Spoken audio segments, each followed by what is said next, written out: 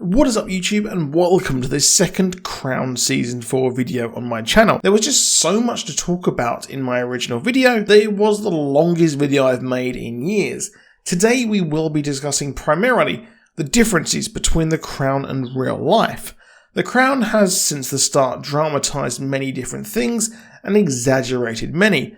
None more so than this season, where not only did they skip major generational events like the UK miners' strike, but other incidents took up entire episodes which were pretty much entirely changed for the show, such as Margaret's investigation into her relatives who were put into an institution. So before we jump in, please do consider leaving the video a like, as it does help us out massively, and do consider subscribing with notifications on so you never miss a video. So the season opened with the Assassination of Mountbatten in Ireland, which was part of the trouble as a fight between Irish Republicans and, well, the British Army. Now, he did not actually die in this explosion, but he did die shortly after, and one of his daughters actually survived as well. Mountbatten was pretty much the grandfather of Charles in all but blood, and while the phone call was fictitious, it did lead to the letter that Charles would receive to push him to pursue a new wife with no history. Now, this is interesting, and while the letter isn't explicitly true, they did have a strong letter correspondence. Shortly after this, Charles would date Sarah Spencer, the sister to the most famous Spencer, Diana. While they split up, it was hinted that Sarah was actually angry, but in reality, she told the press that she would never marry him, and the split up was largely her fault. However, in the show, yes, it did hint that she was angry when she was asked for permission so that Charles can actually date her sister. Charles would actually later meet Diana again after the dramatised first meeting, where she was dressed in a very interesting Midsummer Night's Dream outfit, which is again largely fiction. But they met actually in private, as opposed to out there in a field when Charles was in his car.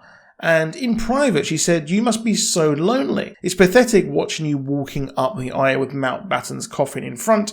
Ghastly, you need someone else beside you." This led to Charles leaping on her and kissing her, much to Diana's absolute shock. Thatcher and the Queen were by no means best friends, but in Thatcher's autobiography, they actually wrote, although the press could not resist the temptation to suggest disputes between the palace and Downing Street, I always found the Queen's attitude towards the work of the government absolutely correct. And of course, stories of the clashes between two powerful women were just too good not to make up. Now, what is fact is the Queen was beyond furious about how Thatcher treated the topic of apartheid, and even considered cancelling their weekly meetings, which has existed for a very, very long time between the monarch and the Prime Minister.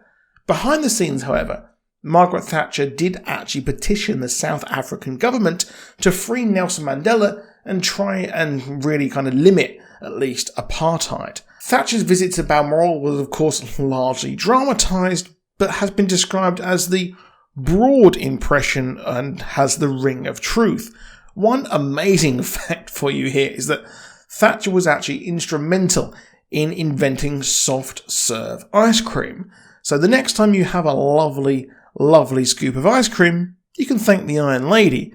And funny enough, the Iron Lady moniker was actually given to her by the Soviet Union. The portrayal of Thatcher is very, very weird, with her being a sympathetic character at first, then turning into the evil figure she is seen by the British, or at least some of the British public today. She even asked to dissolve Parliament to undermine the leadership challenge in the later episodes of the season. Now, this absolutely did not happen, and Thatcher was actually obsessed with constitutional norms. So, well, yeah, she wouldn't have done it anyway. And it's more out of Boris Johnson's playbook there, at least. The show seems to go for drama and themes, such as the favourite child over major historical periods, and sets up her policy for Ireland early on, only for her to ignore the hunger strikes and opts to frame an episode around Mark Thatcher going missing. Now, interestingly, he would later say that, well, he didn't actually do any research or preparation, and even later in the late 2000s, he was involved in a coup as well. Very, very tough things there for Thatcher's favourite child. It shows this all happening simultaneously, but Mark went missing in January, and the Argentines invaded the Falklands in March. And largely absent about the portrayal of this is that the UK stood alone in this war, with Ronald Reagan having one of his only disagreements with Thatcher, as those two had a very, very great special relationship. Now, Diana and Charles' engagement is rather different, as we only saw them meet once or twice, and that's even mentioned when Diana speaks to Camilla, but in actuality they met about 12 times before they got engaged, although that is still quite small, and Charles in reality did have some real nagging thoughts about that as well. And yes, he did get engaged in the same room, but there is nothing to say that he didn't get down on his knee. Episode 3, Fairy Tale, breezes through the engagement and wedding and dramatised some events such as her trying to call off the wedding, but she did realise that he was still imoored with Camilla, but was told it was too late to chicken out by her sisters. So the drama of her rushing to say cancel the wedding didn't actually happen. However, Charles was indeed pushed into this by his father. He himself did try to back out of the engagements, but he realised it was just far too late. The episode also highlighted Diana's love of roller skating and music. Her love of music was a very, very big thing, and some of her best friends involved George Michael of Wham and, well, his solo career, and Elton John. And hopefully the friendship with Elton John is introduced in season 5, as, well, he actually sung Candle in the Wind, with the lyrics changed to be about Diana at her funeral. Now, what is true is, she did ride her bike the night before the wedding inside the palace. Now, Diana and Camilla were also not friends whatsoever, despite what was attempted to show in the series, and Diana actually confronted Camilla about her affair with Charles. Now, the show also mentions how Andrew is the Queen's favourite, and yes, it has been long thought that he was, and this is largely due to him being somewhat of an action man and seeing action in wars like his father. He was in the thick of it in the Falklands War, which is again alluded to here when he says he wants to go to the front. However, with the latest scandals, such as his Newsnight interview last year, and his very suspect Pizza Express visits, and his complete lack of sweating, well, yes, it is tough times for Queenie's favourite. He was retired from official duties until, well, yes, he may be coming back, and he was only pushed away from official duties right when it really was untenable. Now, in episode 5, we have a man who enters the palace named Fagin. This is 90% fake, as yes, he did break in. However, the real Fagin said that the Queen did not have a 4-poster bed, and they didn't even talk about Thatcher. His home life wasn't the reason for breaking in, and the Queen simply said, "I'll be back," and fetched a footman who gave him a whiskey drink until the police came to take him. He wasn't forcibly removed, he was simply just asked to leave. Now, the trip with Diana and Charles going to Australia, again, was largely true, and everyone adored her. Now, the show made out that Diana was a hysterical woman, as per usual. It was a disaster. However, as Charles made some gaffes in real life, and they both largely suffered from jet lag and heat exhaustion. Diana's former press secretary, Patrick Jeffson, said they didn't talk to each other, there was minimal eye contact, they were short-tempered with each other. Diana enjoyed upstaging her husband, and if she was laughing and smiling more, it wasn't that she was having fun, it was just that she knew it got on his nerves. So yes, very true there, that she did actually do all of that, and she did upstage him on purpose. Now, episode 7 is all about Margaret's friend Dazzle, as he was referred to, and episode 7 is nearly all fiction, as Margaret's friend Dazzle, as he was referred to, found the relations that were actually locked up due to having learning difficulties.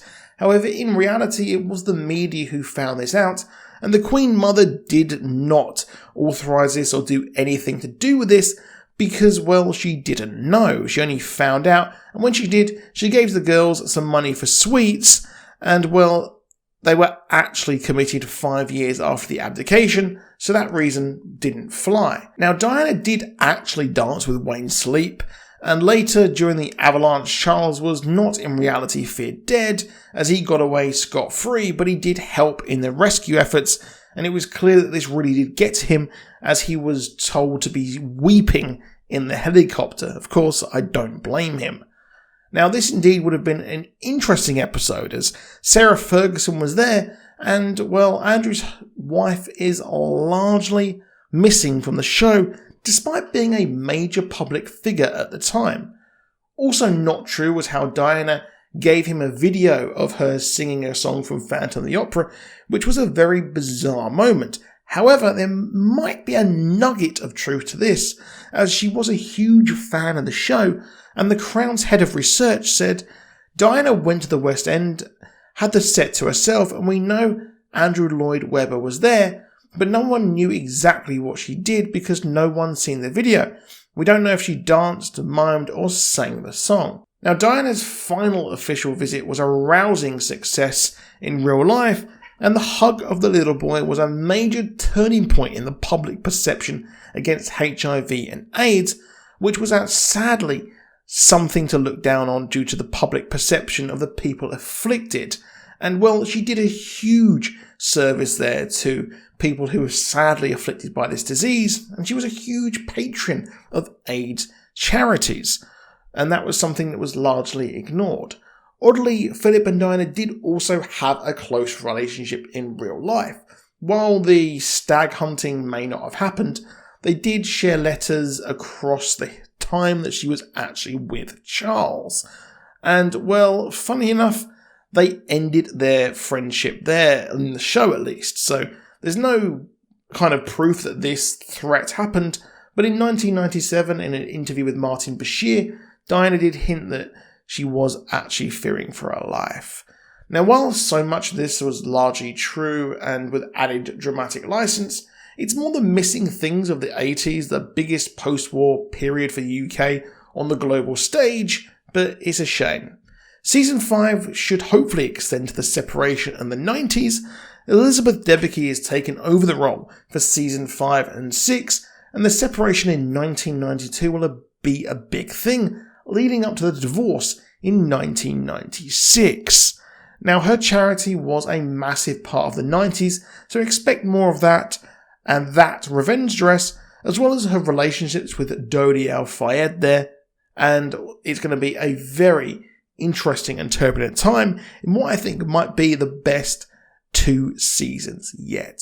That is it for this video. Please drop a like down below. Please do subscribe with notifications on, and let me know if you want more Crown videos, because if you like them, I'll make them. And I'll see you soon. Goodbye.